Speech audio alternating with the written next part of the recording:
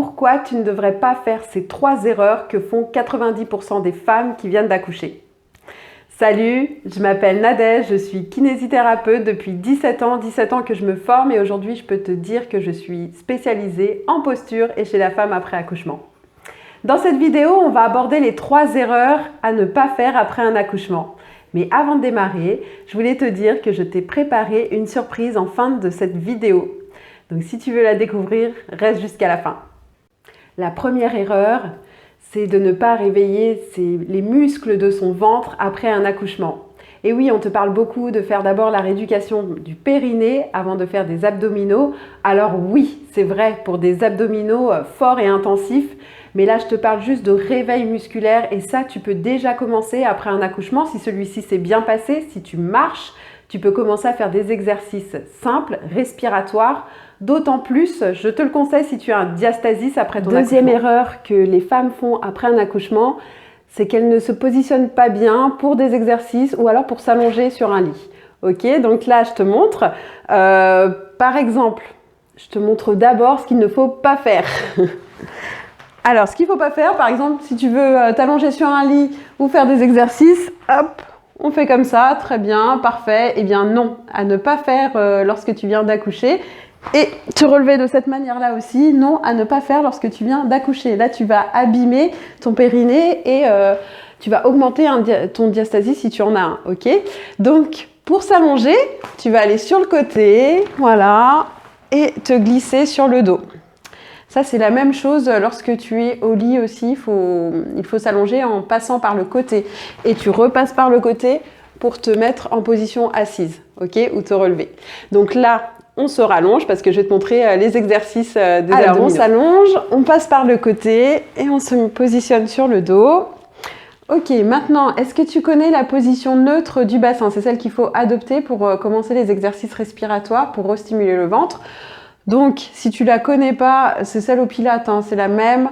Tu vas à fond en avant avec le bassin et à fond en arrière. Et entre les deux, la position neutre du bassin. C'est pour ne pas abîmer ton périnée, ni augmenter le diastasis si tu en as un.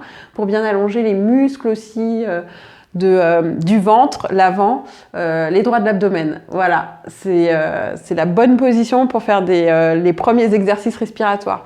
Au niveau des cervicales aussi, c'est la même chose. On va à fond en arrière, à fond en avant. Entre les deux, c'est la position neutre au niveau des cervicales. Donc, il faut avoir une légère lordose, une légère courbure au niveau du dos. Et du cou, je confonds dos et cou, ok. Et une légère lordose aussi au niveau du bas du dos. Dans cette position, tu vas commencer à faire des petits exercices respiratoires pour réveiller le muscle le plus profond des abdominaux qui est le transverse. On inspire par le nez et on souffle par la bouche. Et en même temps que tu souffles, tu vas rentrer ton nombril jusqu'à la colonne vertébrale. Attention de garder toujours cette petite cambrure, cette petite lordose dans le dos. T'inspires par le nez et encore. On rentre le nombril. On rentre jusqu'au bout. Et encore une fois. Et on souffle. On rentre. Ok, ça c'est le premier exercice. Le deuxième exercice qui est, pour moi, la troisième erreur, c'est de ne pas travailler les obliques. Les obliques sont des muscles qui sont vraiment à côté du transverse. Donc ce serait dommage de ne pas les travailler, surtout qu'ils permettent d'obtenir la taille fine. Donc, pour les muscles obliques, tu lèves un genou sans modifier la position du bassin. T'amènes la main opposée vers le genou et tu vas faire une contre-résistance. Donc, tu vas pousser la main vers le genou et le genou vers l'intérieur. Ok, tout ça sur l'expiration. Tu fais bien attention au cervical. T'inspires par le nez et tu souffles. Tu rends toujours le nombril et en même temps, tu fais une pression au niveau du genou. Tu le pousses. Et encore, t'inspires. Et tu souffles. Tu rentres le nombril et en même temps tu pousses, voilà. Tu fais une contre-résistance, là tu travailles bien les obliques. Ok, on relâche. Je fais quelques exercices, hein, la même chose de l'autre côté.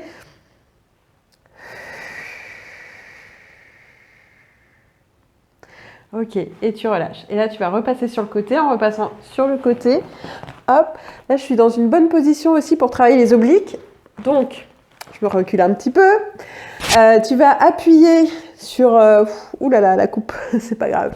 Tu vas appuyer sur l'avant-bras et inspirer, souffler, te grandir, rentrer le ventre. Tu rentres et tu appuies bien sur ton avant-bras. Et là, ça travaille bien aussi les obliques dans cette position.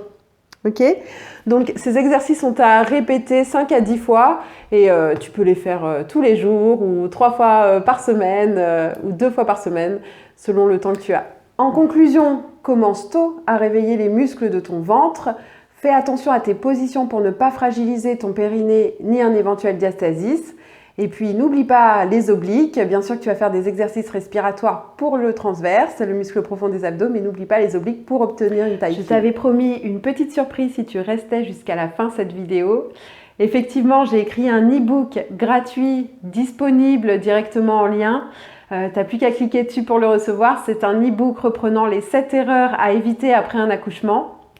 Laisse-moi aussi en commentaire les sujets que tu aimerais que j'aborde. Voilà, je te souhaite bonne découverte du e-book. À bientôt et prends soin de toi.